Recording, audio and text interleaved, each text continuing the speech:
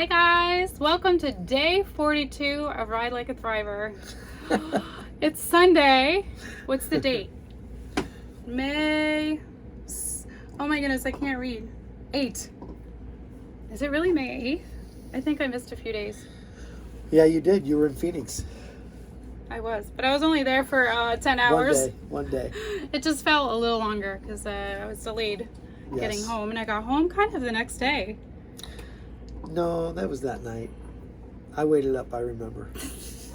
Tell them what we're talking about. That I flew back to Arizona. Okay. Yes, Friday. This had been planned from the beginnings of time. No, from the beginnings of the trip. That I would fly back to Arizona for my treatment, which requires 2 injections in my upper buttocks and 1 in my arm. I had one when we came through town, and then we did it again this time, and then after the ride's over, I go back. But yeah, so it was kind of a crazy day because I got there at 9 in the morning and left at almost 7 o'clock at night. Let me tell them how we think also. So we're thinking she's going to fly to Phoenix, get a treatment, run around and do all the things she needs to do in Phoenix, get back to San Antonio, Texas at 11:30 at night, and then start the ride the next day. I already knew that wasn't going down. And then when she was there, I was like, I'm getting an extra night. We're staying here. We're not going anywhere. And then when she got home, oh my gosh. Well, I also got home like 45 minutes later than we were supposed to. So it ate into my night, and I didn't fall asleep till 1:30 because I was so wound up. She was pretty beat up. And so there was some things going on. The shifting mechanism in the RV started acting bad, and we haven't got it fixed yet. We're looking into it tomorrow. But what happened was the combination of her being tired and the RV. I was like, just shut everything down for a moment. Let's just step back, take a break. We're not in a race. We're on a ride. Okay. Although we do have an end date. I want to make that clear to everyone. We have to be done June 10th. We have to be done June 10th. We do have She's got to fly back to Phoenix for another treatment. We have a lot of people meeting us and things booked. So that's non-negotiable. We'll make that happen. Take your time. It's no rush. And we're like, yeah, we need to get there by that date. But there's days where there's like 32 miles on that day that I can ride 55 miles. So we'll make it up as we go. And so that's not really the issue, but more or less, just like everybody's talked about and we talk about, is the fact that Hannah just had treatment. And so you got to rest. Didn't sleep. You got to give your body some rest time. Yes. Although I feel like we rested all week, but we really didn't because even though we weren't biking, we were very busy talking. Magnolia at the silos in Waco was phenomenal. And what's different here, honey? Makeup. Oh. Are you calling for the makeup artist? Yes, I'm calling for the makeup artist. Jax. Puff her nose. I'm sweating like a pig here.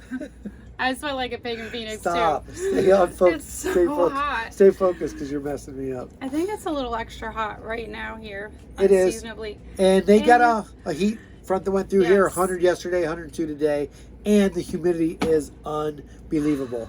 It is a sticky mess. We both grew up in it, but we're not used to this. It's not, I mean, this is further south than either of us ever lived. Yes. But so we just wanted to catch up with everybody to let them know what's going on. The RV is going to be looked at tomorrow, and hopefully it's a minor fix. Hopefully that system, I know it runs all the way down into the engine, into the transmission, and we hope it's something on the top side of just some gears that aren't in place, and they can make some minor adjustments and fixes, and we can be back on the road by Tuesday. If the worst fails would be maybe a fix of a day or two and back on the road by Wednesday. That's the game plan right now. Yes, and we will be going to see the Riverwalk because somebody went without me. But you were scoping it out, right? I was river scoping.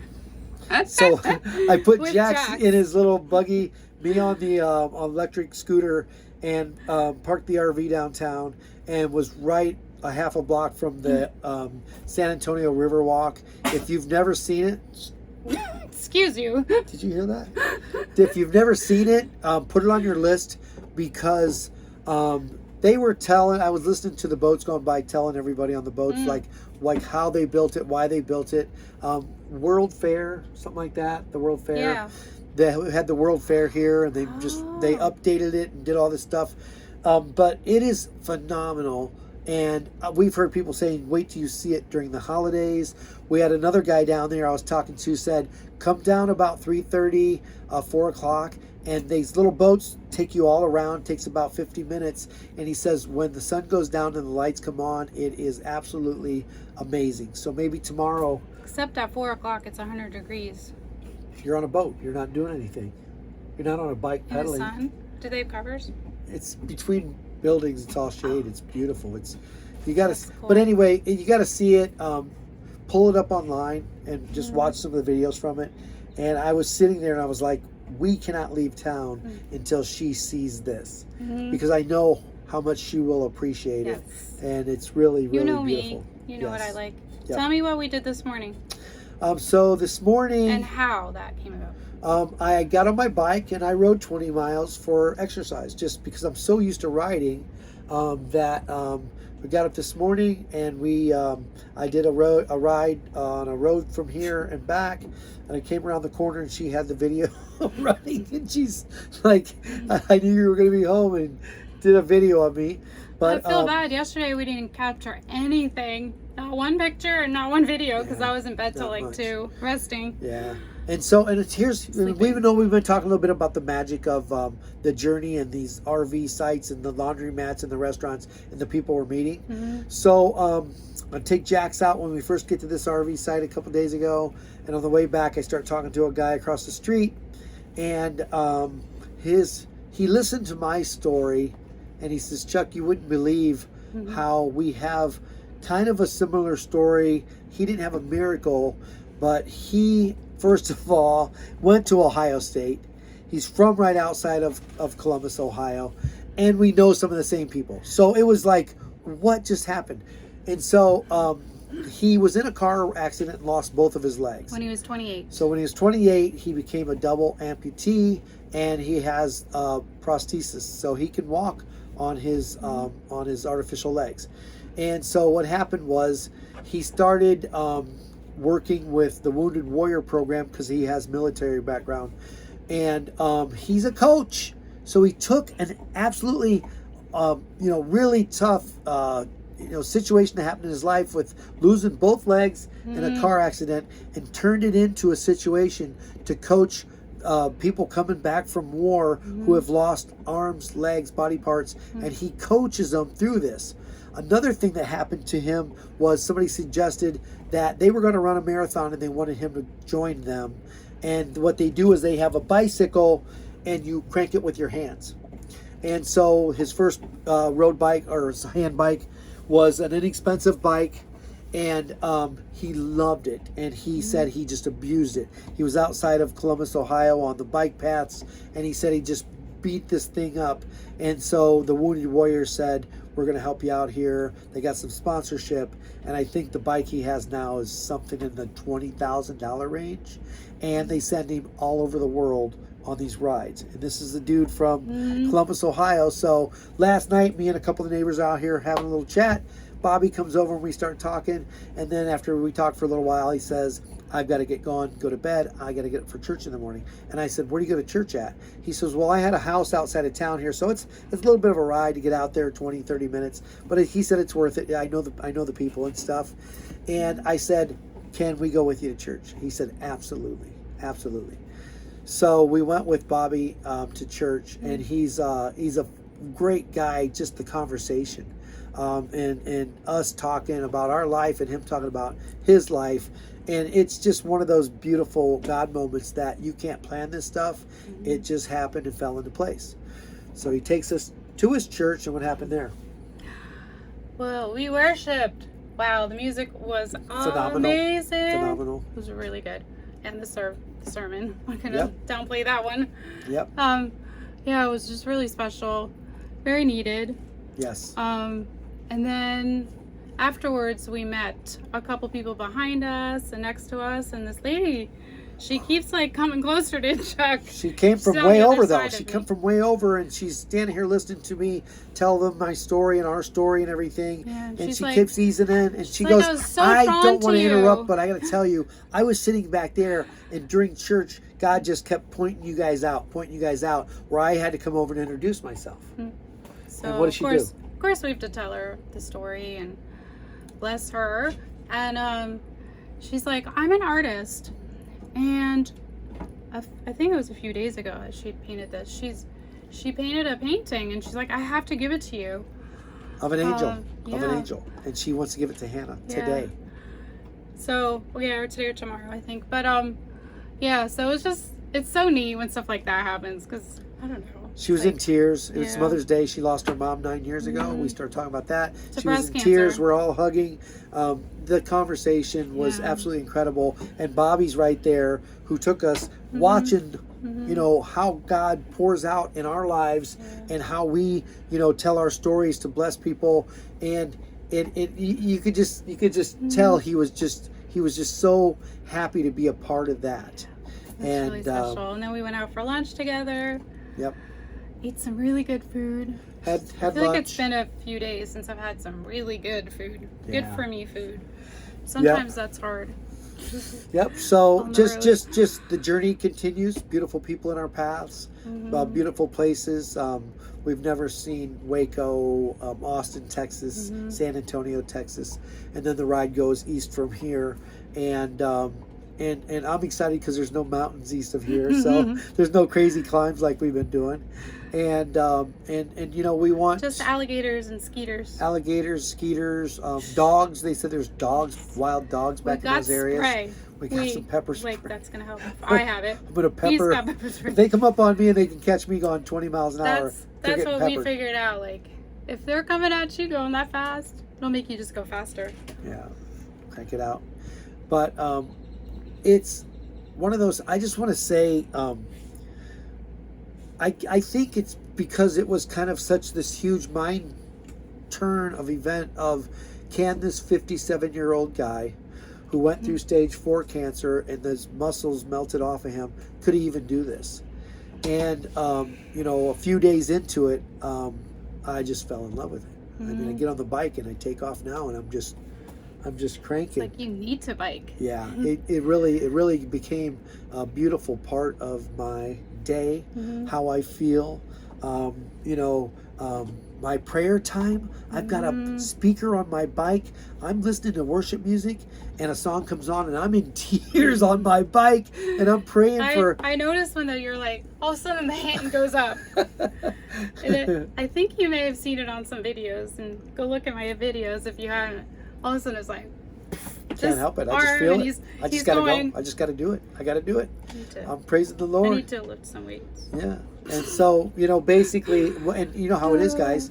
Hannah's in treatment. She's in you know, active treatment for stage 4 breast cancer. She had brain radiation before we left. These things are going through my mind, and I'm just praying for healing, strength. You know, Yes. it's emotional. Oh, and another update. If I know some people have been watching the videos and maybe you haven't caught all of the information, but originally I was supposed to go for a brain MRI on Friday, and my insurance double denied it. But it's pretty sure it's just related to timing, because you know, they just don't allow things like within 3 months. So, and I think it's only been like 7 weeks or something, 8 weeks. But you know, our concern on that side, if you don't know, if you like, it just doesn't even click in your head as far as what it's dealing like, or what it's like dealing with brain cancer, is she had the radiation treatments 4 weeks before we left, and so basically we want to know progress. We've got to stay on top of it to know progress and what's going on, 2 weeks. and praying that all of these nodes that are in her beautiful little head are completely gone, and that we don't have to worry about that ever again. And so that's what it's like. And you know, there was a lot of people that were upset with us even doing this event with her being in active treatment. And a couple that came by last night, her husband has survived cancer, and they're living in an RV now. And she said the magical words, we can be in there and be tired, or we can be going across the country and seeing things and meeting people and getting up and living. I wouldn't do this if I couldn't. Trust me. And the days I can't, like yesterday was just too late and not enough sleep. Yeah. I stayed in bed. And it's up to us to identify that. Yeah. When she's tired, when she's not feeling good, let's just take some time off, and maybe this was also perfect as far as us having this nice little sabbatical, because of we are a little more than halfway through the ride, halfway across the country, and I would say that I could get on the bike any day and go 50 miles, but it's the mental fatigue that I was starting to feel. And I even felt myself like snapping at Hannah about silly things. And I'm just thinking, what are you doing? I mean, the devil loves when you're tired and beat down, and he'll come in and sit next to you and say, hey, this, this shouldn't be this way, or you can do it this way. And I don't work for the devil. I work for God. Yeah, and you were saying it's just the routine things, because it gets a little monotonous when you stay at a different place every night. Because if you haven't RV'd or camped, it's like, you've got to set up every hose and pull everything out and put everything back together again the next day and tidy up every tabletop, which is good, but it is kind of monotonous. It's almost like we need a checklist, because there's so many things we have to do to hook up and unhook the RV and get it set up and ready to go again. And also with my bike. I mean, I'm constantly doing a checklist on my bike. And getting ready to start the next morning. There's the chain, is it been degreased? Do I have my water bottles ready with my vitamins in them? Are my glasses clean? Did I charge my speaker that's going to go on the bike? Yes, and your lights, and lights your speaker, and there's a lot of things. It goes on and on and on. Our it's walkie-talkie. Like, this is kind of crazy, but this is what it's like to do what we do every day. And it's just became a routine, and we have to make sure that we don't just get lost in the routine and forget one thing that might make a world of difference. We were talking to so the neighbor we met over here, beautiful people. They're RVing all over the country. Beautiful, big, beautiful bus RV, and they got one of the back tires was going low. And so they got an appointment to run down to this big truck stop down here to change the tire. And what's he do? He jumps in it. He unhooks everything, jumps in it, and takes off. And his awning is sticking out on the side and hits a tree and rips the awning off the side of his RV. And I just happen to be coming back in. He's like, Chuck, come here. You're not going to believe what I just did. And then another guy comes from across the street, and we got it all put back together, found the parts on the ground, put back together, little dents here and there, pounded it all back together, and got it. So, you can't ever be in a hurry to leave one of these sites, because there's so many things that you have to do from being in the landscape industry and driving heavy equipment. One of the things that I learned early in the deal was to do a walk around before and after, at the early in the day and then late in the day. Do a walk around, see what's hooked up, what's unhooked, things like that. Sometimes I want to do like a video just to show like how we get ready in the morning and pull everything together, and we call out, Chuck. Yeah, it's funny, but it really is like something I never knew anything about before I did this. So I don't know. We like to take you into little parts of our world. And also, I want to add also is we're taking cancer calls. we're taking cancer calls from all over the country. I like talking. Hannah coaches a lot through texting. And I will sit down when she flew out, went down, parked the RV downtown, and sat there for 4 hours and made calls to friends and clients and people going through treatment and cancer journeys and how they're doing and what's the progress, and pray with them, and whatever I can do to be a solid cancer coach, even when we are in a situation where we've got a lot going on each day as well. Yes. So the Ride Like a Thriver, if we quit today, I would say was already be a success because of the number of people that have brought awareness to this foundation and what we do. That would already be a success because of that, and the number of people that God put in our path in the last month and a half, and the number of people that we've met and shared our story with and hugged with and cried with and laughed with. It would already be a success.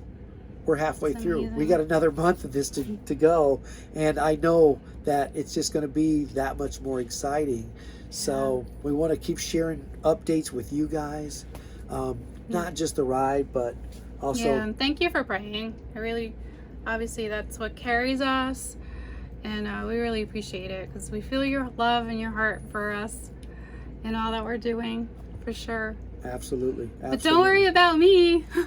Yeah. Everybody's sending me these like messages. How are you doing? Are you okay? Are you okay? And I'm like, yeah, I was just tired. I have to go to bed at 9 o'clock for a reason. But that's kind of at neat though. 1:30. I put a post on Facebook that we're going to take a couple days off. I got 6 phone calls within the next 2 minutes of people from all over the country who either some lived here, some have friends that live here. Do you need anything? We'll be there. We'll have friends come over. We'll be there.